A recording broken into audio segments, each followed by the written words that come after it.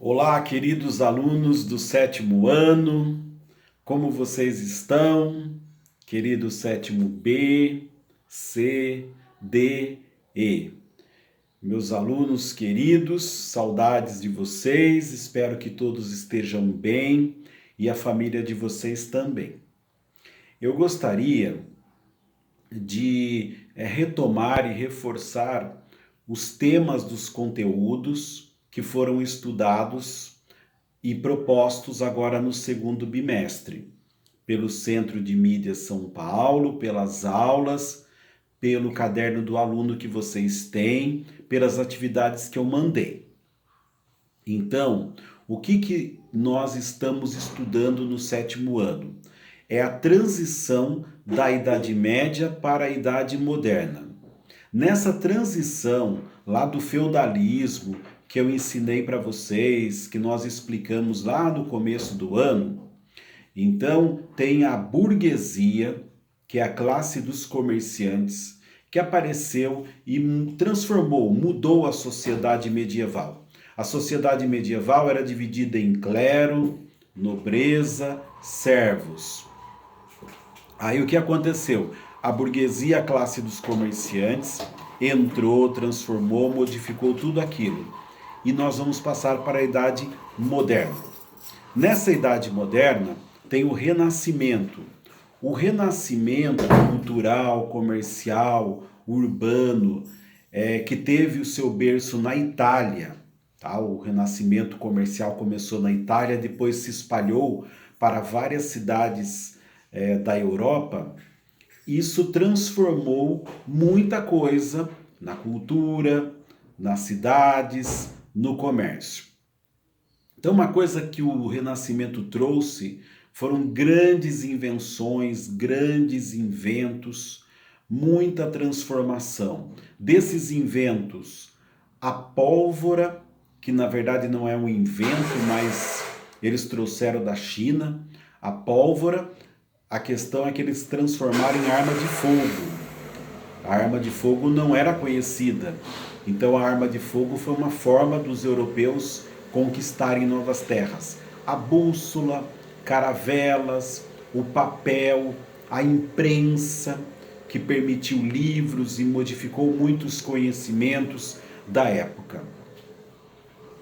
Com o Renascimento e a imprensa, as transformações todas no conhecimento, nós tivemos a Reforma Protestante. A Reforma Protestante e as igrejas protestantes que foram criadas na Europa, 1517, Martinho Lutero, lá na Alemanha, o berço da Reforma Protestante.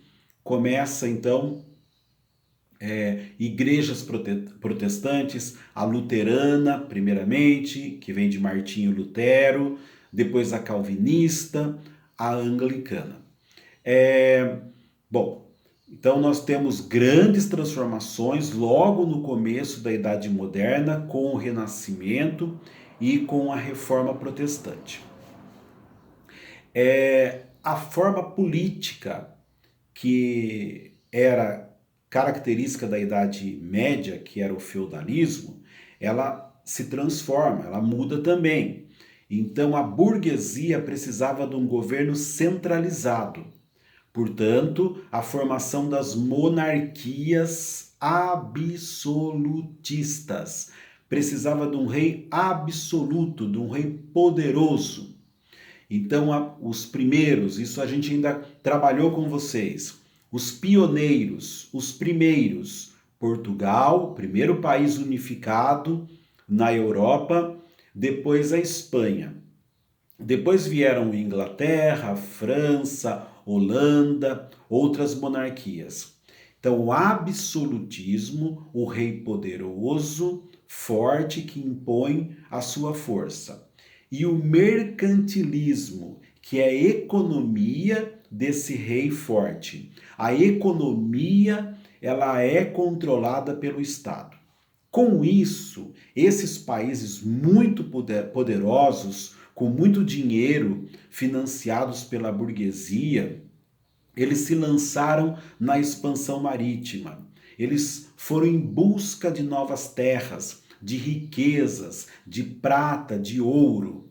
Então, Portugal e Espanha, eles queriam chegar nas Índias, chamava Índias, né? Porque Marco Polo tinha feito uma viagem para a China e tinha deixado escritos.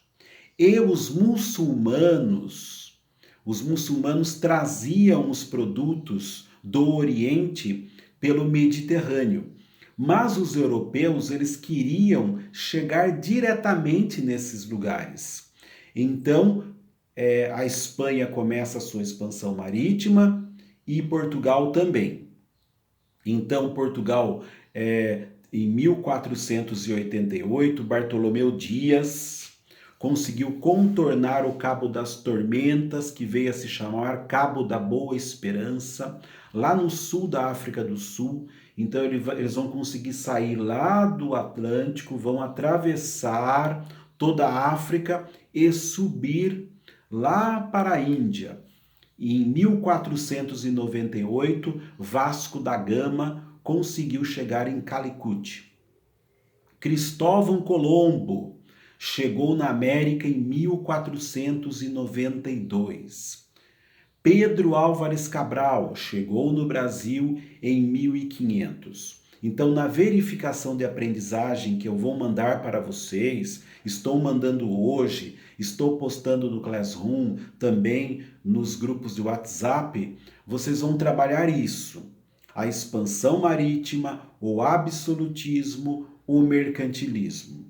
E como foi a ocupação na América pelos europeus? Então,